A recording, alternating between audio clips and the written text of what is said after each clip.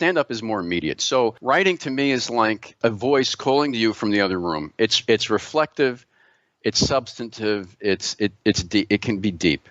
Stand-up is like the guy sitting across from you at the kitchen table spitting straw wrappers in your face.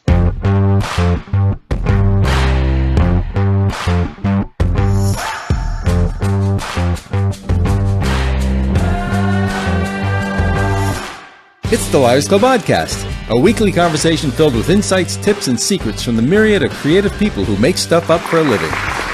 Stay tuned and you can hear from New York Times bestselling authors, National Book Award finalists, debut novelists, screenwriters, musicians, composers, cartoonists, actors, stand-up comedians, line tamers, and all manner of creators who burn the midnight oil and sometimes their dinner.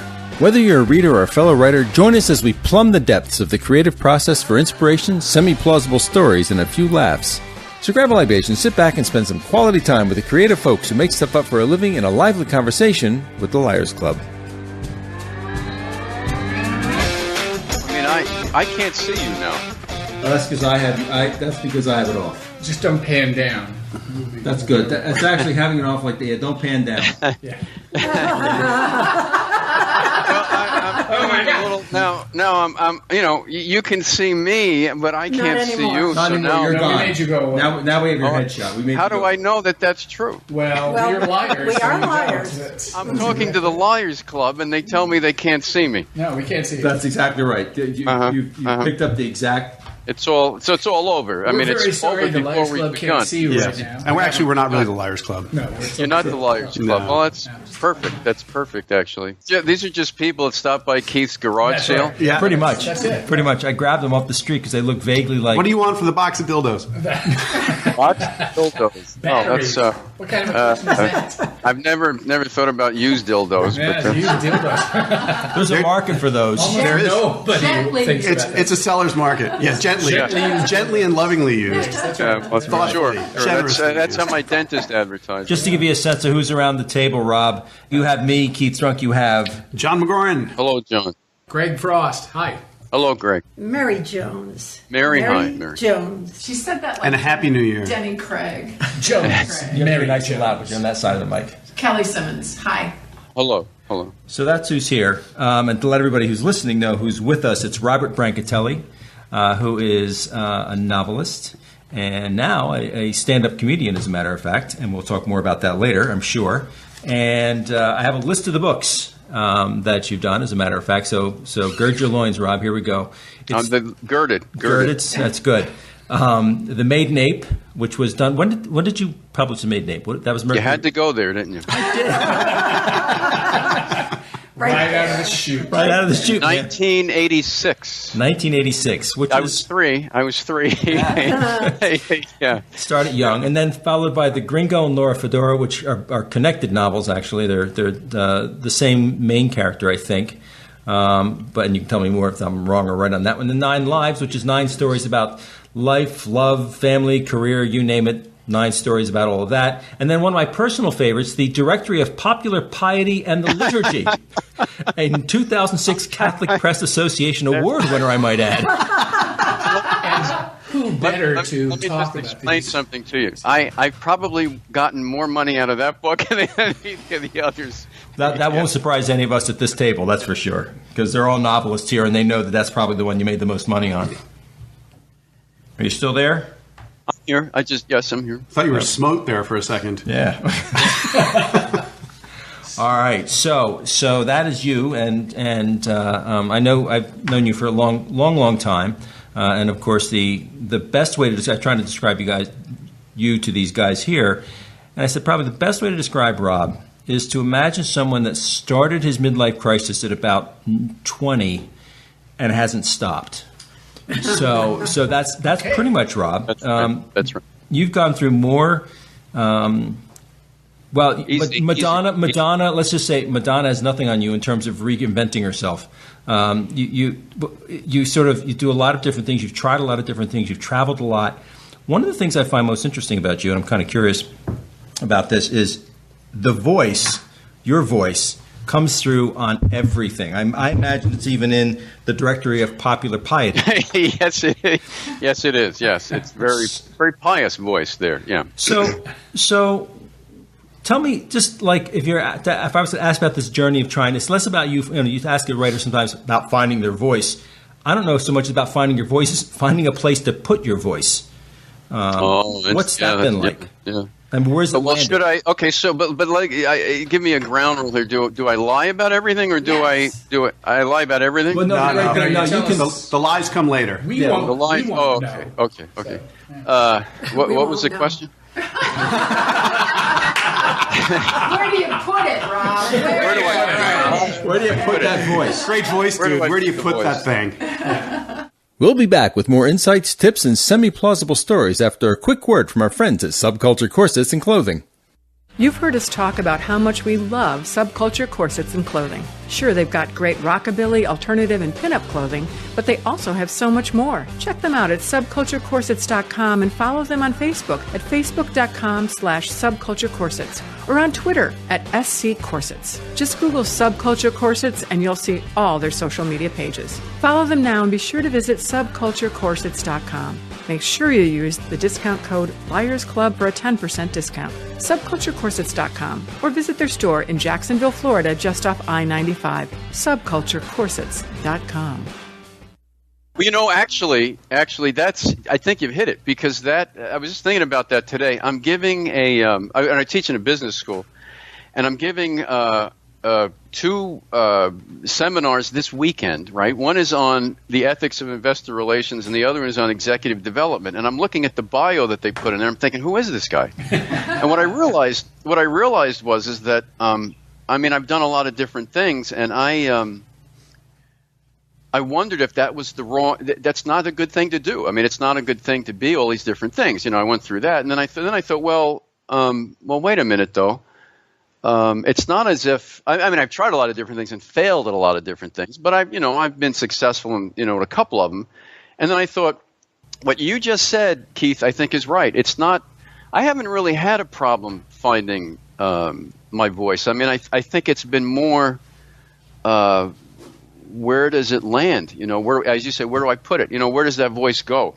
And that's like finding a home. And I got to tell you, seriously, folks, I have to tell you, that I think the midlife crisis you referred to, from 20 to 60, has been trying to find the right place. It's like, are you my mother? Or it's like the ancient. I mean, this is ancient Greek mythology. I mean, we're just trying to find home, right? Mm-hmm. So up until now, and now that I'm saying this, I'm probably going to jinx myself, but up until doing stand-up, and I've just started. I mean, I'm brand new at it. I mean, I'm not, I've been teaching a long time, and I've been in front of a lot of people, but stand-up is still a very different thing, I think. But I haven't really felt as if I've put it in the right place until now. I mean, even writing, satire and comedy was the right direction by far versus, academic writing or, I was in sales, real estate limited partnerships. I have no idea. These are the things that you go through. And it's only till now that I think I've found a place where I don't mind failing. Because I think this is home. And it's taken this long. And I think the midlife crisis, as you say, has been that. And I think that's the journey and the struggles about that. And some of them have been, some of those detours have been great. Some of them have been less than great. And and the only thing is, I look back and I try to think I don't want to hurt anybody. I don't want to, including myself. I want to be able to do the right thing at the right time in the right way. So I think that's what the journey is. And I think you're right. I think you hit it. It's not so much. I don't know if that's typical. Maybe I hear a lot of people talking about finding their voice, and I don't think I've had that problem. I think it's trying to find out who's going to listen to the voice. or who's going to pay for it. Who's going to pay, exactly. Yeah. Exactly. Well, I remember in college, and you early on were thrown on the stage to do sort of a, Branky Carson type of thing, Branca, whatever they called it, and they pushed you up there because you happened to do a fairly decent Johnny Carson imitation, and you were funny. And so I know the guys would throw you up there, and there's a point, I don't know, around your junior year where you put your foot down. You said, no, that was it, you were done. I find it very interesting. You've come full circle back to being on stage again as stand-up. So that's kind of an interesting journey. I don't know what it's worth, but it's kind of an interesting journey. You know what I mean, in terms of observation. You know, you brought that up before, and I have to tell you, here's a confession. I mean, I did a lot of that stuff in college, and I was always terrified of it. I mean, I think I was pretty good at it, but I was always terrified. And I think that one night, I remember it. I was afraid, and I didn't want to do it. And I mean, I think a lot of people experiment with Carson in college, right? Well, yeah. Actually, I was years, probably and then we switched back to yeah. Although I was probably even. I mean, talk about out of character. I was even more. I loved Don Rickles kind of thing, you know. So, you know that, and you know, and people like that. You know, you have enough drinks, and you know, I have enough drinks. I'm funny, you know. Yeah. Some people have enough drinks. You know, So is Dom DeLuise. Yeah. But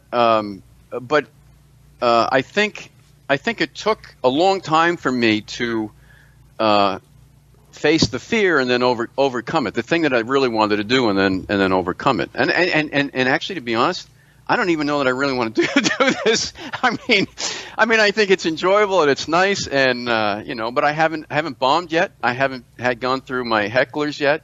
Oh no, I have to take that back. I did have a heckler. It was at my daughter's wedding. And it was Your son-in-law. Yeah, right. and it was my daughter who heckled me. Yeah. Nice. Yeah. Did you shut her down? I had. Well, she's tough. She's tough. But yeah, I did. Yeah. Had to do it. Had to be done. Yeah. So, Hey, you got to do what you have to do. so for those of us who haven't heard your stand-up, what kinds of things do you talk about, and how do you put together a stand-up routine? And do people ever ask you to say something funny? They don't say something funny, but they will offer either advice or critique about what I'm doing that, you know, to improve. And I always welcome it. I mean, I always say that's great, and you know, to try to help me. But I tell them I don't. I mean, I think I know 3 jokes. I don't, you know, and they're mainly from my father. And so I don't really tell jokes as much as try to. I talk about, you know, mainly the thing that I know. I've spent 20 years teaching. And so I talk about that. I talk about students. I talk about I have a couple shows coming up this summer, and so I'm probably going to talk about in business school. So about business school students and business jargon. You know, Keith and I talked about this, and competition and what students are like, and you know, and kind of make fun of that, but also make fun of me. But I don't want to, and I think this is the advantage of age. You know, I'm not 20 and I'm not 40 even. So you know, back in, you know, on stage doing this, there are a lot of younger people, and I see them going for the laugh.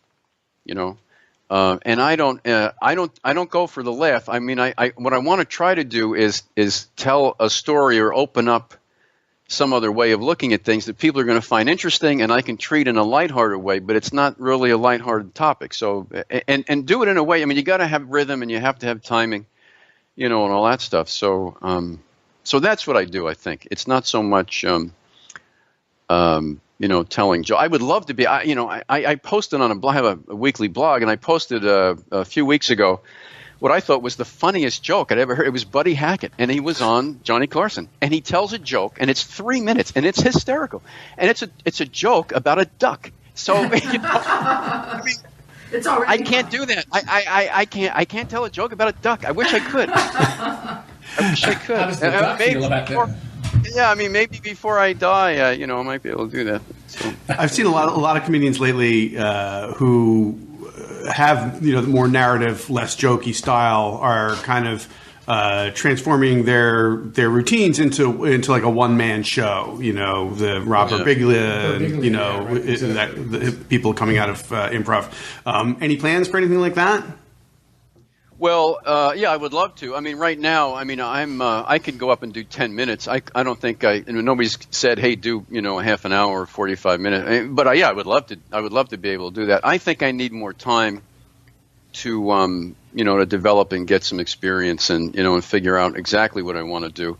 I don't do the narrative thing because that's just the way, that's just the way you know, when I would get up, I mean, you do have to have there has to be a punchline somewhere. You got to be able to release all of that pent up sexual energy. You have to be able to do that. So it's like, I might tell in 7 minutes or 10 minutes, I might tell 3 things that that get the punchline or the laugh and all that.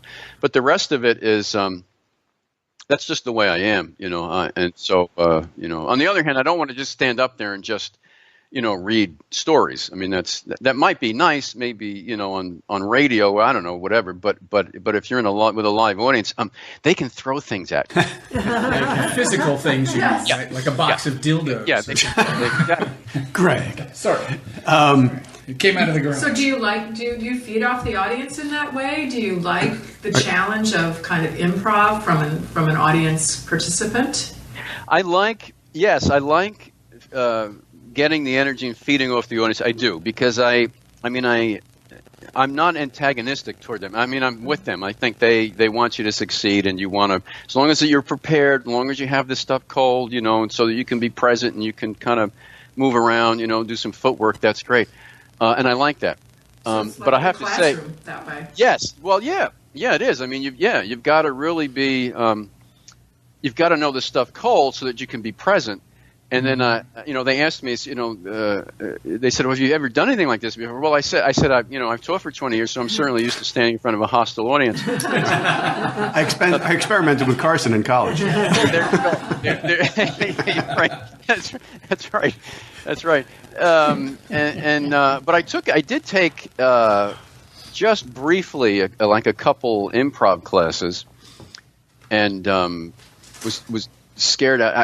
Terrified. I was terrified by these people. I don't want to go back. I mean, I can't. I didn't get it. I just didn't get it. And I'm not fast enough. I mean, I think I can be quick, but if you say, one of the exercises was they gave us 3 things. One was like an apple, a pharmaceutical, and Aristotle. I think there's like a subtle distinction between yes and yeah and. Yeah. And the other thing too is this. The other thing is, and maybe this is my age again, and maybe this is good. Maybe I think it's good. I know there's a difference between being funny and being silly, and I don't. Yeah, I mean, I don't.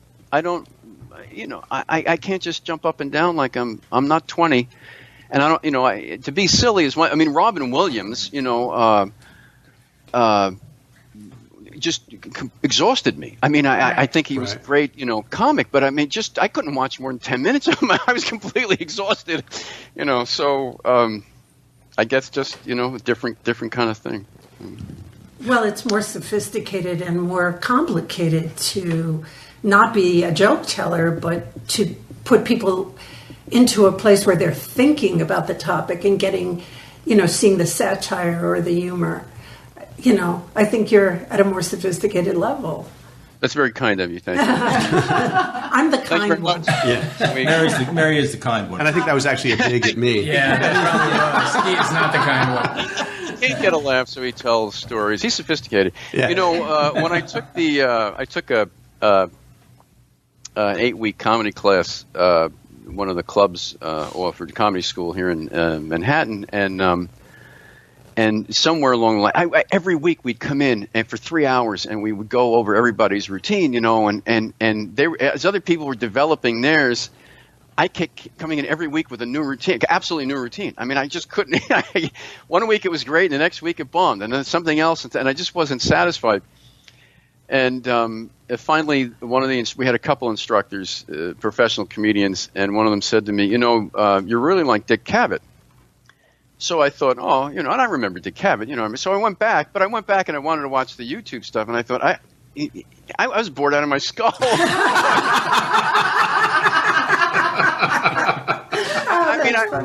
I guess, I don't know, maybe I'll end up interviewing people. I don't know. I mean, the people he interviewed were great. It was George Carlin and Peter O'Toole and, stuff like that. So Richard Burton. Yeah. So I thought I came back the next week and she says, did I tell you remind me of Dick Cavett? I said, yeah. That's what he would have said too. Never speak that name in your presence again. Yeah. So you were talking about the in that class kind of, and how you didn't hone, the set. You'd come in with a new set each time, and or a new bit.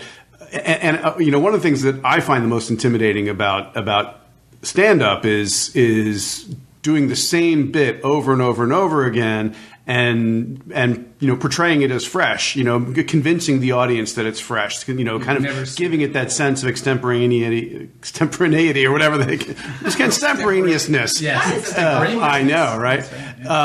So how have you dealt with that? I mean, because obviously you don't do a new bit each time you have a gig, right?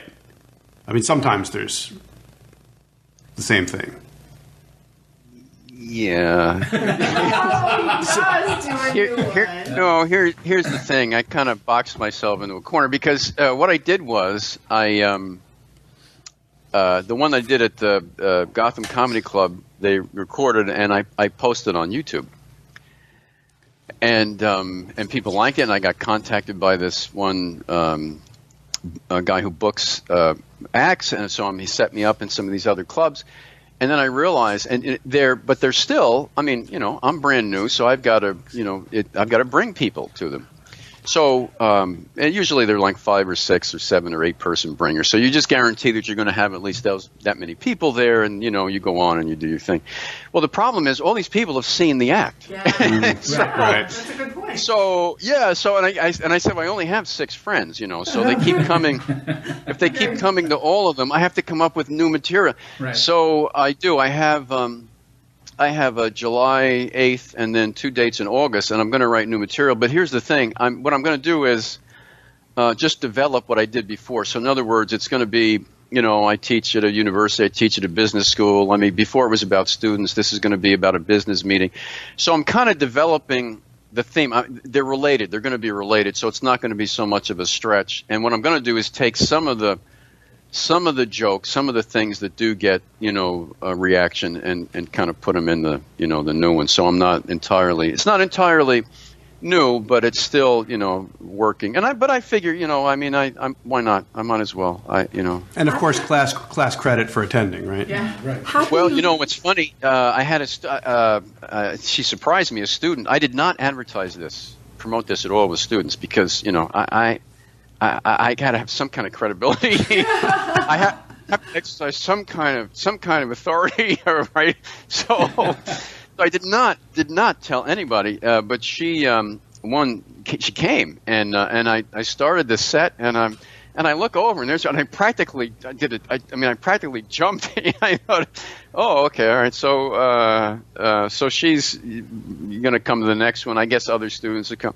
And I could joke about that, credit, but that's the other thing about like a stage name. I didn't think about having a stage name. Part of it is because I do have this other work I do in this other life. I'd rather not. Obviously, if somebody wants to find out, they can see it, but I don't want to help them. So if I have a sort of a stage persona and do that, and then the other stuff has my regular name, But it's also I also wanted to hang up Bobby Bronco when I got home because I don't really want to stand in my kitchen and without pants on. Without pants. That I can do. But unless you're it's cooking like bacon. It's like telling one-liners to the microwave. I mean, when we first started speaking, with the beginning of our conversation, we were talking about, you finding an outlet for your voice. And I'm just wondering, is your voice as an author similar to your voice as a stand-up? I mean, do you see that as a continuum or something totally different? Yeah, it is. It is connected. In fact, the writing. In fact, did I write this? I should probably read this to you. I took a note regarding that. And because the stand-up is more immediate, so the writing I think is more reflective. It's more like it's slower. It's kind of like I mentioned. I wrote the other day. Writing to me is like a voice calling to you from the other room. It's reflective. It's substantive. It can be deep. Stand-up is like the guy sitting across from the kitchen table spitting straw wrappers in your face. and it's immediate. So and that's what I had. That's the thing that I had to do was to try to figure out how to take the observations and the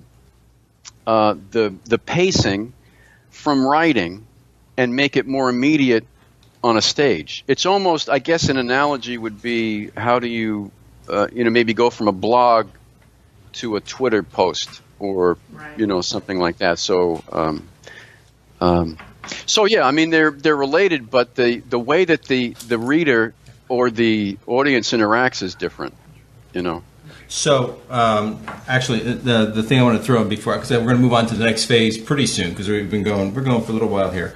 But you're throwing me already? we're throwing you already. We're throwing you out. Get out, and you're going to have to pay the check, man. And then I have to make the audition. Let me see. So you go ahead. I'm going to look for this thing that was really smart. I want to see if I can probably throw it out. I do. One of the things that's really neat about your characters, if anybody picks up the book, The Gringo, they pick up Laura Fedora, even the Maid Nape. I mean, I was going to ask, what's the third book in the Mercury trilogy? Yeah, is there a third? Was there? Are you going to do a third book in the Gringo and Laura Fedora? Is there another one? I keep promising. I have a. I'm Catholic. I have a Catholic background, right? So everything is Trinitarian. So I have to do everything in threes. And the first time out was the Maid Nape. It was a trilogy. I got one book done, and that was done. That's the way I work trilogies too. Yeah, exactly. The second time around, it's the Gringo trilogy, or what did I call it? It's the Mercury trilogy. Mercury trilogy. Yeah. And I got two done. So I'm thinking that maybe in another 5 to 10 years I'm going to have a third trilogy. Which, here you go. I mean, think of the numerology involved in this. I'm going to have a third trilogy and actually get the third book done. You could start by writing the third one first. That would confuse everybody. Yeah, I like that. The thing about the Mercury one is that I need to go back to Guatemala to do it, and I don't have the energy. I mean, I just really I don't. It's the traveling and the heat, and I mean, I just people like. And there's lines, and it's so sticky. The lines, it is. It's sticky. You have no idea how sticky it is. It gets very, And for those of you that haven't read his books, and you should, because it's great fun. You feel that they sound just like this. Honestly, you get done reading the book, and you feel like you've been to those places, because a lot of them are set in those places. The Gringo, as I know, Laura Fedora starts, I believe, in a prison. In Central America, and you feel like you've been in a prison. Almost. The great thing about Rob is he writes these characters. He writes these characters that seem to start off having a bad day that just continually gets worse for another 100,000 words. Unbelievable. It's funny. The thing is, at the same time, it's funny. You are the master of like the dark comedy thing. I think it really works with you. Black humor, black comedy, or whatever. So, well, the problem though, Keith, is that none of it's fiction, and I don't lie. See, but the problem, I don't really lie. I don't lie, and maybe this disqualifies me for this interview, but I don't lie.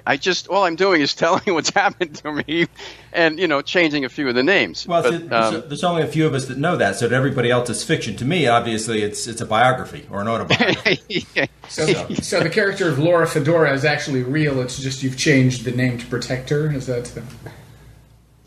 Maybe. Well, I think Margot Chapeau. Exactly. Yeah. Just kidding.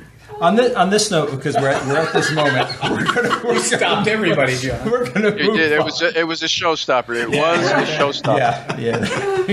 I think that's the third book. That's the title of the third book. Margot Chapeau. Yeah. Well, as long as we're honest, I thought about doing a succession of books starting with 9 Lives. According to by a factor of 9, so I was going to do 18 a book that had 18 stories. That I was going to call it 18 Holes and have a golf thing on the but then I thought, okay, what's 27? And then I have to go, another what's 36? And so I don't have 30. So I'm writing notes, and then I thought this is stupid.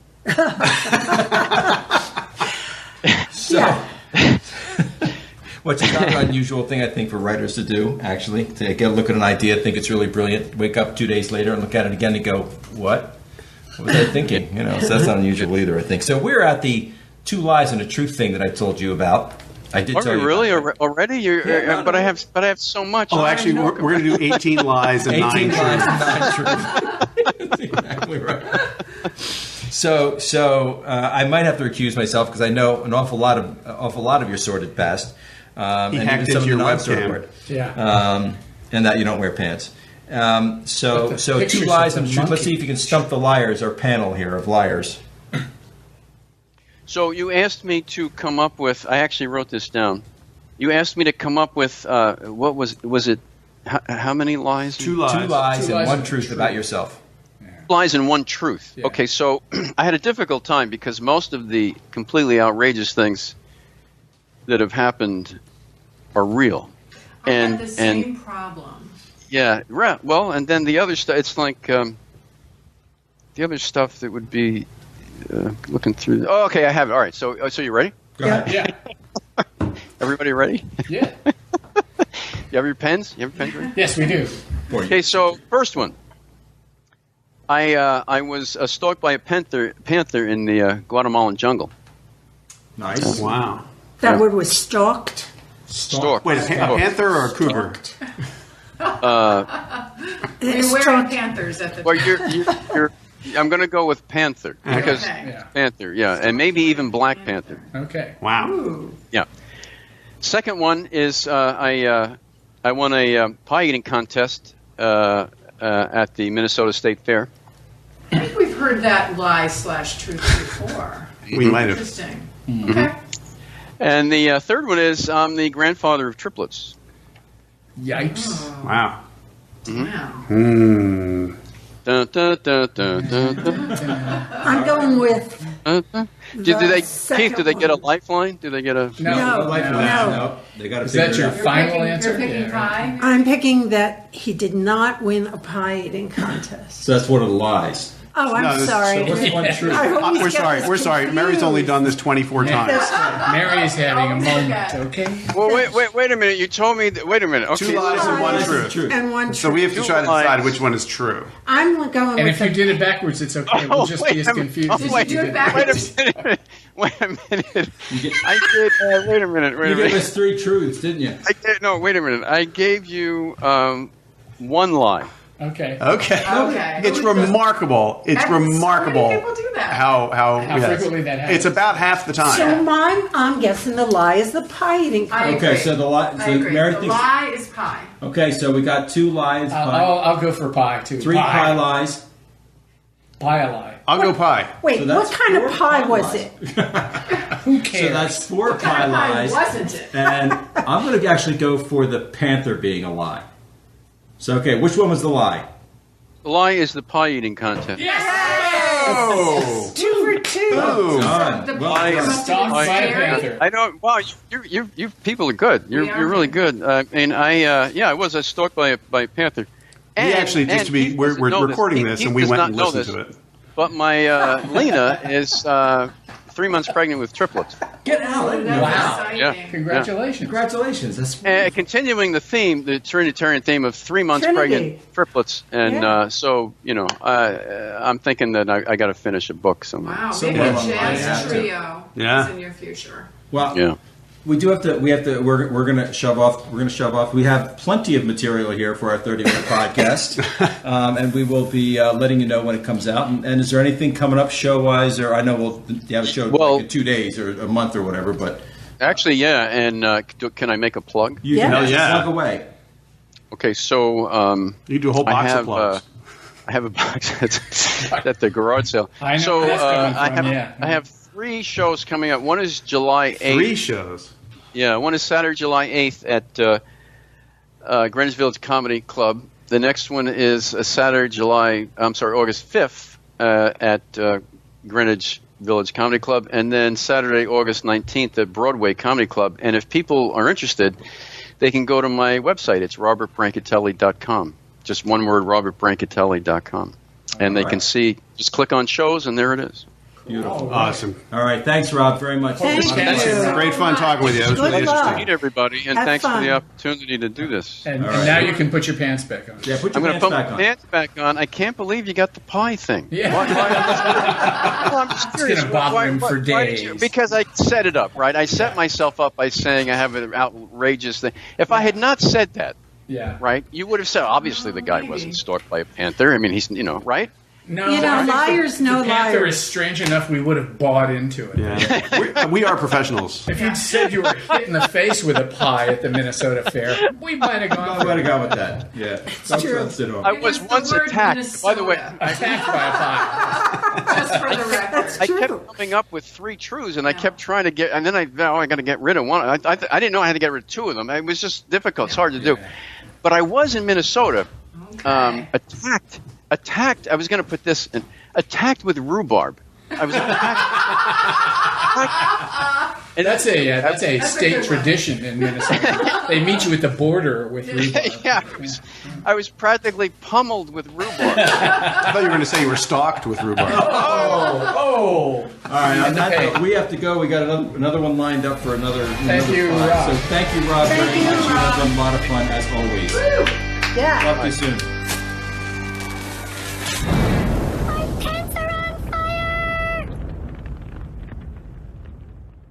Three Guys with Beards, the Project Entertainment Network store, featuring t-shirts, mugs, stickers, hoodies and more from your favorite Project Entertainment Network podcasts. Ink Stain Scribbler's Rest, 13 o'clock. The Horror Show with Brian Keane. Why not show your loyalty by wearing a cool product from the podcast group and show off to your friends? It Cooks, Armcast, The Mondo Method Monster Attack. Necrocastical. Go to projectentertainmentnetwork.com and click on the store tab for more details. The Liars Club Oddcast, Pizza, The Lunch Ladies Book Club. Matters of Faith.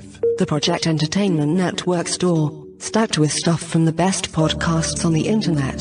The Curtain Jerkers. Buttercup of Doom. www.projectentertainmentnetwork.com. This has been an exclusive presentation of the Project Entertainment Network.